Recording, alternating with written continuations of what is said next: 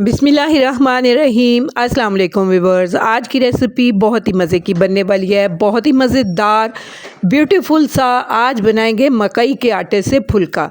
मकई के आटे की ये रोटी हम किस तरह से बनाएंगे पूरा इस रेसिपी में आपको गाइड करूंगी। लुक वाइज ये फुल्का आपको ऐसे ही लगेगा जैसे कि ये गंदम के आटे से हमने बनाया है, लेकिन जी नहीं, ये आटा है मकई का जिससे हमने ये फुल्का रेडी किया है। और इसमें ना ही हमने लिक्विड बैटर का यूज़ किया इसको बनाने के लिए, ना ही इसमें हमने अंडे का यूज़ किया है, ना ही इसमें हमने गंदम का आटा मिक्स किया है। खालस मकई के आटे से ये फुल्का आज हम रेडी करेंगे। और इसकी थिकनेस यहाँ आपको दिखा रही हूँ कि ये कितना पतला है, सेम उसी तरह से जिस तरह से आप गंदम के आटे से फुल्का बनाते हैं, सेम उतनी थिकनेस इस फुल्के की है। और यहाँ पे इसको मैं फोल्ड करके भी आपको दिखा रही हूँ, ये बिल्कुल नहीं टूट रहा। और इसके ऊपर मैंने यहाँ पे देसी घी लगाया जिसकी शाइन आपको नज़र आ रही है। लेकिन ये फुल्के हम बिना घी के आज बनाएंगे तवे के ऊपर, तो आपने रेसिपी को पूरा वॉच करना है और इसके किसी भी स्टेप को मिस नहीं करना। इसमें कुछ टिप्स भी आपको दूंगी जिससे आप मकई के आटे का जो फुल्का है वो बहुत ही आसानी के साथ बना पाएंगी। तो चलिए व्यूअर्स, टाइम ज़ाया किए बिना अपनी रेसिपी की तरफ चलते हैं। यहाँ पे देखिए व्यूअर्स, मेरे पास यहाँ पे एक पैन है, इसे मैंने चूल्हे पे रख दिया, फ्लेम ऑन कर दिया और इसमें मैंने 1 कप भर के पानी का डाल दिया है। और इसके साथ यहाँ पे मैंने एक हाफ कप से थोड़ा यानी कि 1/4 कप पानी का और इसमें ऐड कर दिया है। अब यहाँ पे पानी को बॉयल आने देते हैं, तो इसको मैंने कवर करके इस तरह से रख दिया है ताकि पानी में जल्दी से बॉयल आ जाए। यहाँ पे देखिए व्यूअर्स, पानी में बॉयल आ चुका है, तो इसमें अब हमने आटा ऐड करना है। इससे पहले आपने फ्लेम को बंद कर देना है, बस पानी को बॉयल करना है, फ्लेम बंद कर देना है। और साथ ही इसमें 2 कप भर के आटा डाल देंगे मकई का।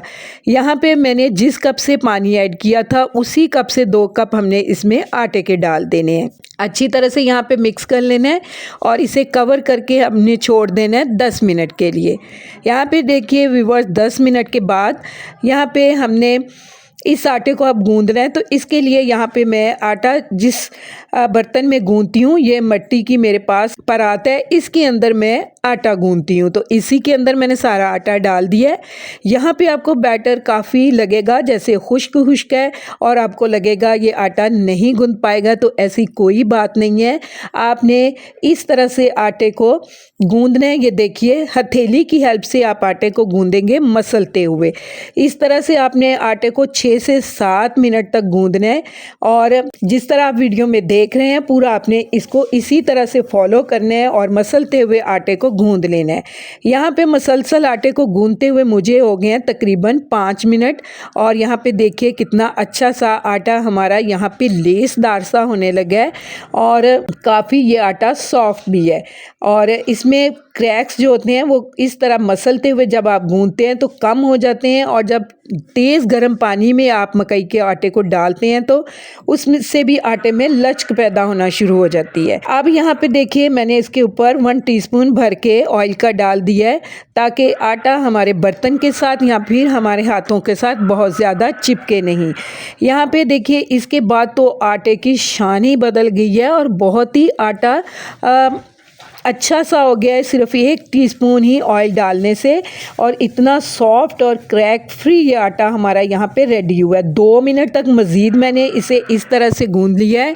यहाँ पे देखिए व्यूअर्स, इस तरह से जब आटा आप गूंद लें तो इसके पेड़े बना लीजिए। अगर आप चाहते हैं कि आपकी रोटियाँ इक्वल साइज़ की बने तो आपने आटे को इस तरह से शेप दे लेनी है, रोल बना के इस तरह से। फिर नाइफ़ की हेल्प से आप इसके इक्वल साइज़ में पेड़े काट लीजिए। इसके बाद हमने यहाँ पे देखिए एक एक पीस उठाना है और इसको पेड़े की शेप दे लेनी है अपनी हथेलियों में घुमाते हुए।